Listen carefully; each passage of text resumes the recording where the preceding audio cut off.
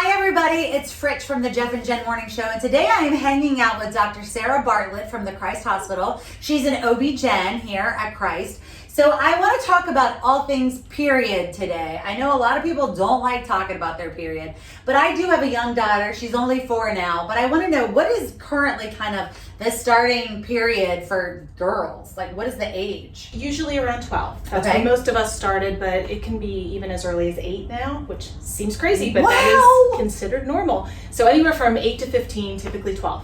All right, what about heavy flow? I know that is something that a lot of women talk about. Yeah. Is there anything that you can do for heavy flow? It depends on why it's heavy, and is it truly heavy? I think a lot of young girls think it's heavy because they don't know any different, so they assume they're bleeding to death. So we sort of have to establish, what does that mean? How often are you changing pads, and are you passing out? Are you soaking through your bed sheets? So establishing what heavy means is important, and then talking to your doctor about, is there a reason? Is there something wrong? If nothing's wrong and it's just part of normal heavy bleeding, there's all kinds of things you can do. Medicines, birth control pills, IUDs, all of that is great, but even just taking your ibuprofen and those types of products helps with cramping. Most women know that, but it actually helps with blood loss too. Oh, really? So it can kind of lessen the flow? It lessens the flow, lessens the cramping, so it's a really good idea to take, if you can predict when your period is going to be, to start right before the period to kind of get ahead of those chemical signals, and it can be very effective. All right, you brought up cramps. That's something people love to hate because they're awful. Yeah. Is there anything that we can do to kind of lessen the cramps? I know you mentioned ibuprofen. Is there anything that we can do to make them not so bad? Same thing as the heavy flow, where there's situations where the cramping is not normal and needs to be addressed medically, but cramping is just part of the gig too. Everybody has it to different degrees. So same thing, the non-steroidal anti-inflammatory. So that's your ibuprofen, your Motrin, those types of medicines. They help the cramps and the amount of bleeding. Pills, IUDs, all those other medical interventions. Reducing stress helps. Chemical hormones, all of that is interconnected. Exercise helps.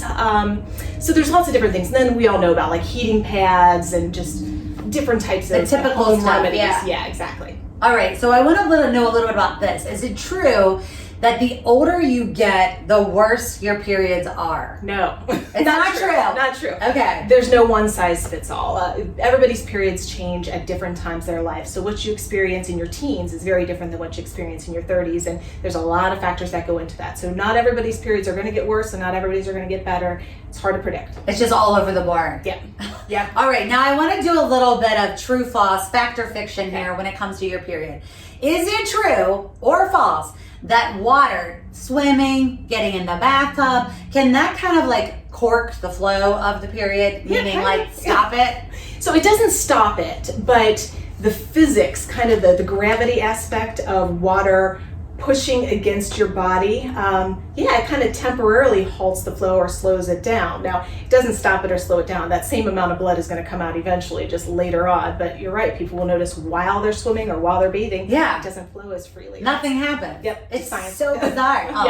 Science yet again. All right, can having an orgasming, does that help your cramps feel better? True or false? It does. It does. Highly recommend that. Yes, absolutely. There you go, ladies. Get easy fix. Yeah.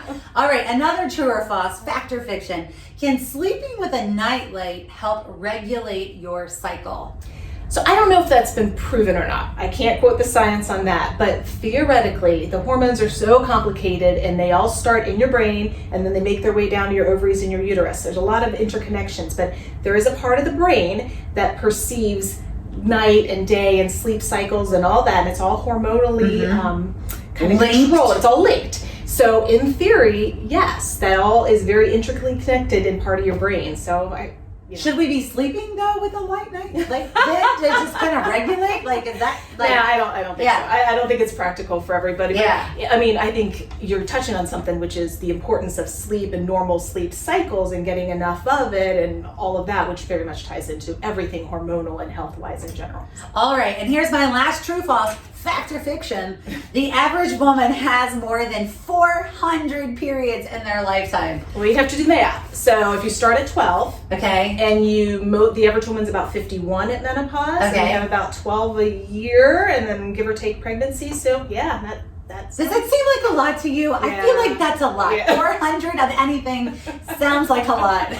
It is. But I'm going to add something to that though. There are ways to suppress your periods. Okay. And when you're taking birth control pills and other things, there are healthy ways you can suppress them for medical reasons as well as just lifestyle. You don't have to have regular heavy periods if your doctor allows you mechanisms to affect that. So that's one of the benefits of having this conversation with your doctors.